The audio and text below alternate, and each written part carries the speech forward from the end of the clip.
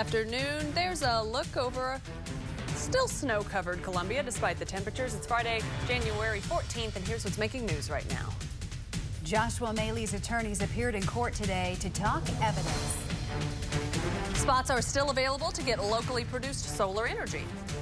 And an Audrain County man charged with killing a hitchhiker asked a judge today to move to a jail with a better library, but not to read novels. KOMU8 News First at 5 starts now. Live from Studio 8A, coverage you can count on in high definition. This is KOMU8 News First at 5. And an unusual move in a Boone County courtroom today as an accused killer tells the judge he wants to serve as his own attorney. Good evening, everyone. I'm Sarah Hill. And I'm Angie Bailey. Thanks for joining us. That request came from Chester Harvey, accused of being part of a group that killed a hitchhiker in 2009. And after more than an hour of questioning, Judge Kevin Crane granted Harvey permission to represent himself. KOMU8's Nicole Nozolik was at that hearing today. Nicole, I understand Harvey does not have a law degree. No, he has a GED, but that's not stopping him from taking on the role. Chester Harvey is charged with the first-degree murder of a drifter from Ohio, as well as 3 other charges. In a hearing today, he told Judge Kevin Crane that his attorney, Justin Carver, was inefficient and showed prejudice toward him. After an hour of questioning Harvey, making sure he understood the severity of his decision, Crane let Harvey represent himself. Harvey said he was not under duress and that he was making a choice of his own free will. Though Crane granted Harvey permission to represent himself, he stressed that he was discouraging Harvey from doing so. It is usually a mistake to proceed to trial without a lawyer. I understand your statement. You understand that that's true. And Crane denied Harvey's request to move to another jail with a better law library. And Crane said the Audrain County jail had adequate facilities. In last December, Harvey's oldest son was sentenced to life in prison, and this trial will be on February 7th. Okay. Thanks, Nicole.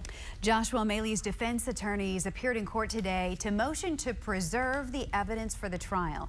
Maley faces 3 counts of first-degree murder for the October deaths of Jeff Werdehausen and Jackie and Eugene Panay. Prosecutors have also charged him with 1 count of first-degree assault and 1 count of felony stealing. Public defenders Donald Catlett and Thomas Marshall are representing Maley.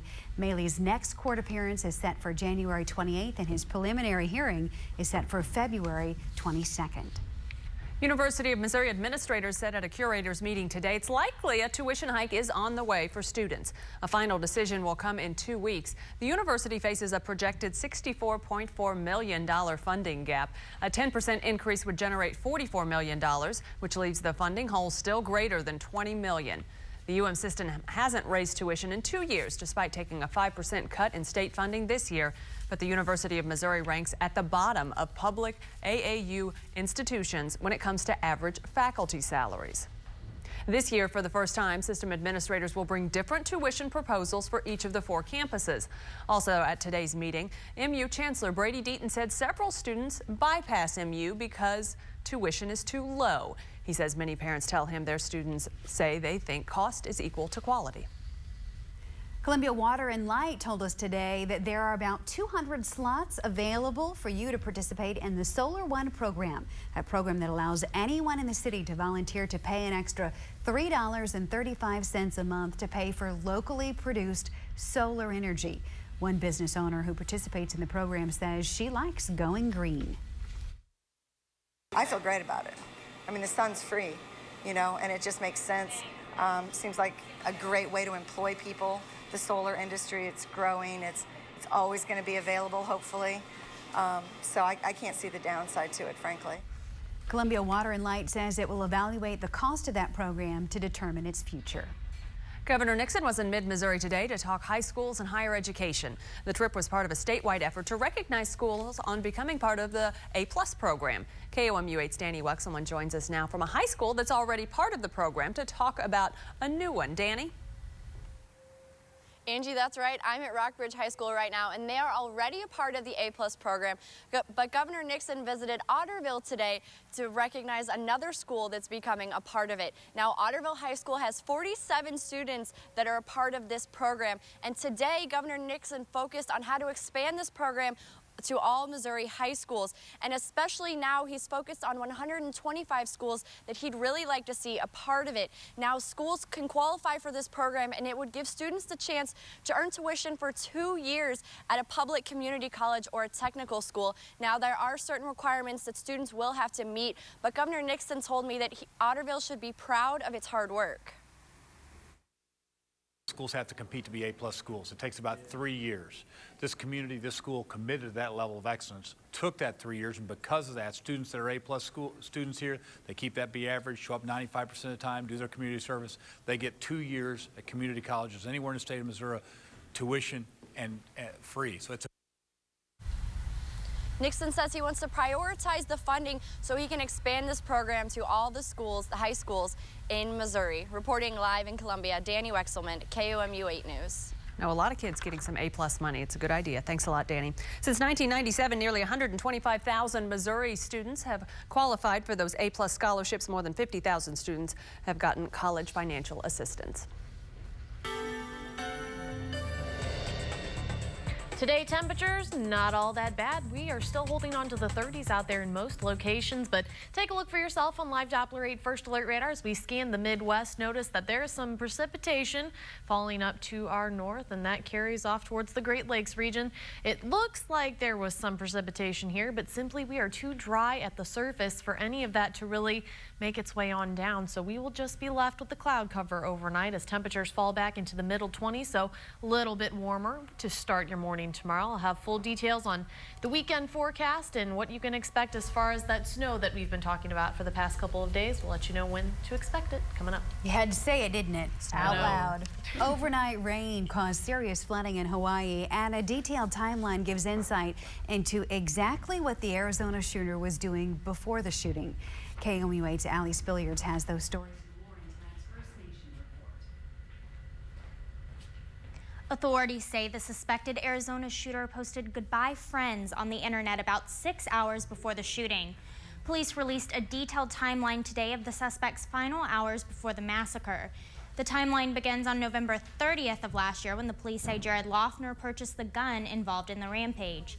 Loeffner also developed film the night before the shooting and returned a few hours late to pick it up. And heavy rain soaked much of Hawaii, drenching homes and streets. About 20 people from one neighborhood sought shelter with the Red Cross, saying they'd lost everything. A flash flood warning expired this morning. Road crews pumped more than 20,000 gallons of water from one intersection alone, sucking it up into the trucks and dumping it down a nearby drain. And Monday is a national holiday honoring Dr. Martin Luther King Jr. However, students at Charlotte Mecklenburg schools will have class.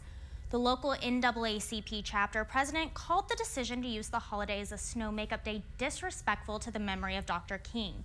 He urged parents to bring their children to the protest on Monday morning to the government center. And that's your first look around the nation. Now let's go to Studio 8B with Blake Hansen for your First World Report. Thank you, Ellie. New today in parts of Europe, a widespread thaw continues to cause flooding in Germany and Austria. A small town located on the Zala River in eastern Germany is dealing with significant flooding. The Danube River has also risen significantly over the past 24 hours. Heavy rain and warmer temperatures have also caused flooding in northern regions of Austria. And while one country is struggling from lack of rain, thousands of people from drought-stricken Somalia have sought shelter in the country's capital. Human rights groups say Islamic militants have hampered operations in the country, and they've been unable to distribute supplies. People who've moved to Mogadishu said they were hungry and thirsty and had been roaming the country with their livestock. Tunisia's president stepped down today after imposing a state of emergency in the country. The prime minister announced today he's taken over for the president. There are reports Tunisia's president has left the country and his location is unknown. Unemployment and allegations of government corruption sparked weeks of protests that have left at least 23 dead. And that's your first look around the world tonight. Hospitals in the operating room are using new advanced technology. For the first time, MRIs taken during surgery. Plus, doctors have found a breakthrough in preventing bird flu. There is still some snow in that forecast as we head towards the latter half of your weekend, and early next week I'll have full details coming up on KOMU 8 News at 5. And there's a live look over Columbia at 5:09. This is KOMU 8 News, first at 5, coverage you can count on. KOMU 8 News in 8